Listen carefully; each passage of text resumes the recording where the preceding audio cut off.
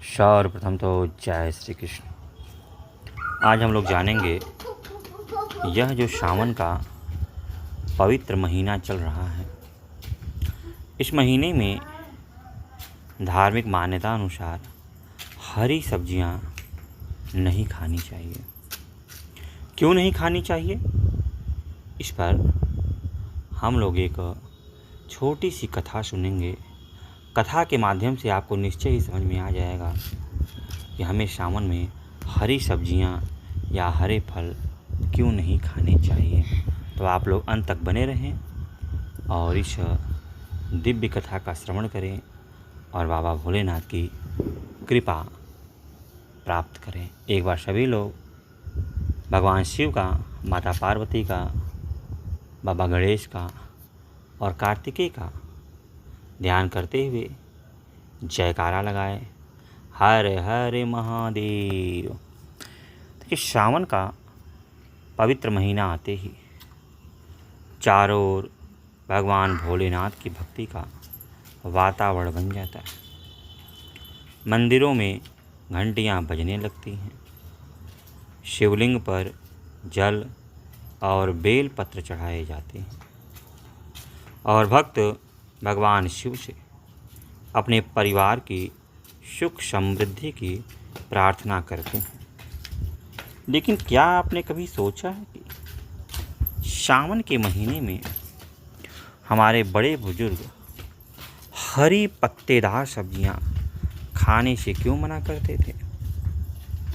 क्या इसके पीछे केवल धार्मिक मान्यता है या इसके पीछे प्रकृति और स्वास्थ्य से जुड़ी कोई पुरानी समझ भी छिपी हुई है? आज की कथा इसी रहस्य को बताने वाली है। कथा है एक छोटे से सुंदर गांव की, जहां भगवान शिव के एक प्राचीन मंदिर में हर सावन सोमवार को बहुत बड़ा मेला लगता था। उस गांव में एक गरीब लेकिन धर्मपरायण ब्राह्मण रहता था। उसका नाम था सोमदत्त। उसकी पत्नी गौरी और छोटा बेटा माधव था। सोमदत्त भगवान शिव का बहुत बड़ा भक्त था। वह प्रतिदिन प्रातः काल उठकर नदी में स्नान करता और शिवलिंग पर जल चढ़ाने के बाद ही अन्न ग्रहण करता। एक वर्ष सावन का पावन महीना आया। बारिश खूब होने लगी, खेत हरे भरे हो गए, चारों ओर घास और तरह तरह की वनस्पतियां खूब आईं।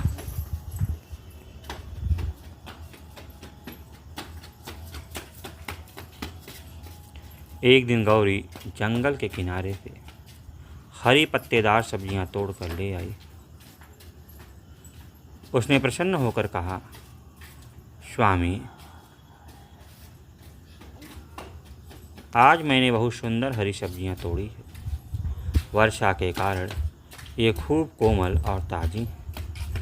आज इन्हीं की सब्जी बनाऊंगी। सोमदत्त कुछ देर चुप रहा। उसने कहा, गौरी, सावन में हमारे घर के बड़े बुजुर्ग हरी पत्तेदार सब्जियां खाने से मना करते थे।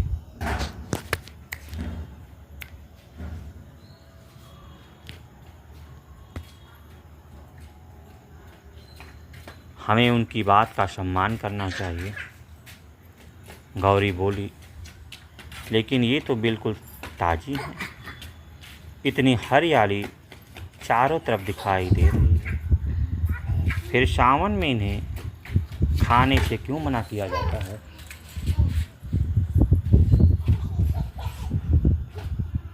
सोमदत्त के पास भी इस प्रश्न का पूरा उत्तर नहीं था। उसने कहा, इसका कारण मुझे भी ठीक से मालूम नहीं।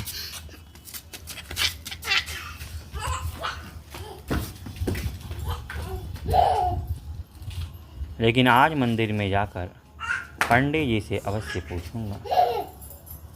उस दिन सोमदत्त भगवान शिव के मंदिर पहुंचा। मंदिर के वृद्ध पुजारी ने उसकी बात सुनी और मुस्कुराते हुए बोले, बेटा, इस प्रश्न का उत्तर केवल एक वाक्य में नहीं दिया जा सकता। इसके पीछे हमारी परंपरा, प्रकृति और भोजन संबंधी पुरानी समझ तीनों जुड़ी हुई हैं। सोमदत्त ने हाथ जोड़कर पूछा, महाराज, कृपया विस्तार से बताइए। पुजारी ने कथा आरंभ की। बहुत प्राचीन समय की बात है। एक बार माता पार्वती ने भगवान शिव से पूछा, स्वामी, वर्षा ऋतु में धरती इतनी हरी भरी क्यों हो जाती है? भगवान शिव मुस्कुराए और बोले, देवी, वर्षा प्रकृति को नया जीवन देती है। सूखी धरती में बीज अंकुरित होते हैं, पेड़ पौधे बढ़ते हैं और चारों ओर हरियाली फैल जाती है। माता पार्वती ने फिर पूछा, तो क्या इस समय मनुष्य को प्रकृति से मिलने वाली प्रत्येक वनस्पति खा लेनी चाहिए? महादेव बोले, नहीं देवी, प्रकृति जो कुछ देती है उसे पहचान कर और उचित समय देखकर ग्रहण करना चाहिए। भगवान शिव ने आगे समझाया, वर्षा ऋतु में जल और मिट्टी में अनेक प्रकार के सूक्ष्म जीव उत्पन्न होते हैं। खेतों और पत्तेदार पौधे पर नमी अधिक रहती है, इसलिए भोजन को अच्छी तरह धोकर, पकाकर और सावधानी से ग्रहण करना चाहिए। माता पार्वती ध्यानपूर्वक सुनती रही। तभी भगवान शिव ने कहा, सावन भक्ति, संयम और सात्विक जीवन का महीना भी माना गया है। इस समय बहुत से लोग अपने भोजन को सरल रखते हैं, व्रत करते हैं और इंद्रियां पर नियंत्रण का अभ्यास करते हैं। माता पार्वती ने पूछा, तो क्या हरी सब्जियां पूरी तरह निषिद्ध हैं? महादेव बोले, देवी, इसे हर व्यक्ति के लिए कठोर निषेध समझना उचित नहीं है। यह मुख्यतः अनेक क्षेत्रों में चली आ रही धार्मिक और पारंपरिक मान्यता है।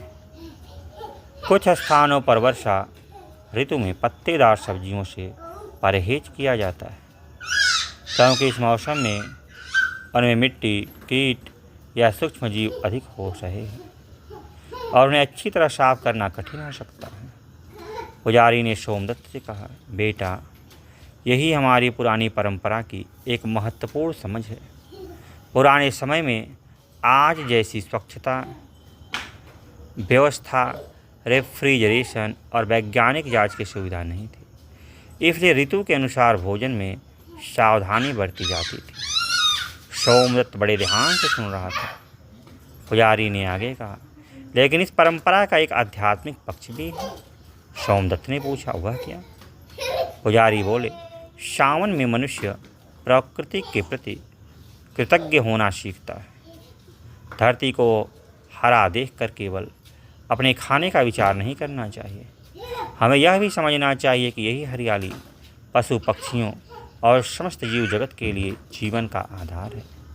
इसलिए सावन में संयम रखना, अन्न का सम्मान करना और जीवों के प्रति दया करना और भगवान शिव का स्मरण करना, इन सब को पुण्यकारी माना गया है।